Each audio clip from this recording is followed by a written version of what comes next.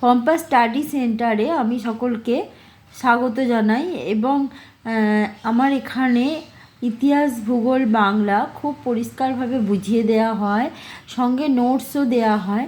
এখানে বলি, যারা সাবস্ক্রাইবার করছো তারা অবশ্যই নোটস পাবে এবং আমি চেষ্টা করব তাদের পড়াশোনার কাজটাকে আরও সহজ সরল করে দিতে।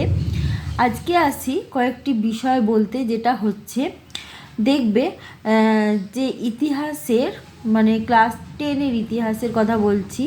ইতিহাসের দ্বিতীয় অধ্যায়টি অনেকটি বড় এবং সেটি মুখস্থ করতে অনেক সময় সমস্যা হয়ে থাকতে পারে, ঠিক আছে?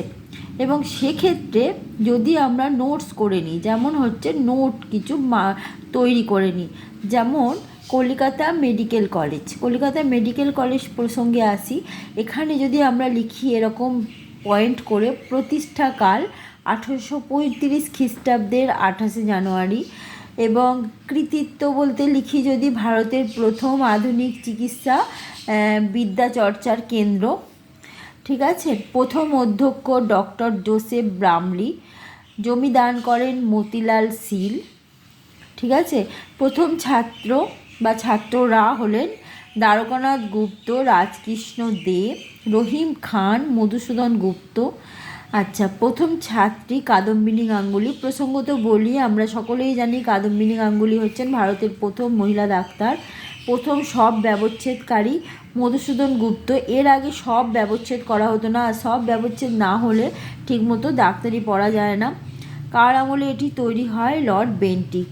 এইটুকু ইনফরমেশান, এইটুকু তথ্য যদি আমরা আমাদের নজরে রাখি এবং এটা দিয়ে যদি একটা নোটস বানিয়ে রাখি, তাহলে সেটা মুখস্থ করতে অনেক সুবিধা হয়, ঠিক আছে? আচ্ছা, এবার আসছি কলকাতা বিশ্ববিদ্যালয় প্রসঙ্গে। প্রতিষ্ঠাকাল 1857 খ্রিস্টাব্দে এবং সুপারিশ হচ্ছে 1854 সালের উডের ডেসপ্যাচের সুপারিশে। আমরা জানি উডের ডেসপ্যাচের সুপারিশে বিএমসি অর্থাৎ বোম্বে, ম্যাড্রাস এবং ক্যালকাটায় একটা করে বিশ্ববিদ্যালয় প্রতিষ্ঠিত হয়েছিল। আচ্ছা, প্রথম উপাচার্য স্যার উইলিয়াম কোলভিল, প্রথম ভারতীয় উপাচার্য গুরুদাস বন্দ্যোপাধ্যায়। কার আমলে এটি উন্নতির শিখরে ছুঁয়েছিল? সেটা হচ্ছে স্যার আশুতোষ মুখোপাধ্যায়। কৃতিত্ব ব্রহ্মদেশ, শ্রীলঙ্কার পঠন পাঠন এই বিশ্ববিদ্যালয়ের অধীনেই হতো। নতুন বিভাগ এতে আছে, এর মধ্যে আছে প্রাচীন ভারতীয় ইতিহাস এবং পালি বিভাগ, ঠিক আছে? ছাত্রছাত্রীদের নাম প্রসঙ্গে আসি।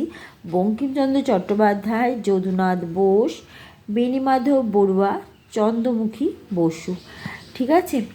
এবং প্রত্যেককে বলি, এটা একটা স্ক্রিনশট নিয়ে রাখতে পারো এবং সেক্ষেত্রে অনেক উপকার হবে, ঠিক আছে? আজকে এই পর্যন্ত, ওকে।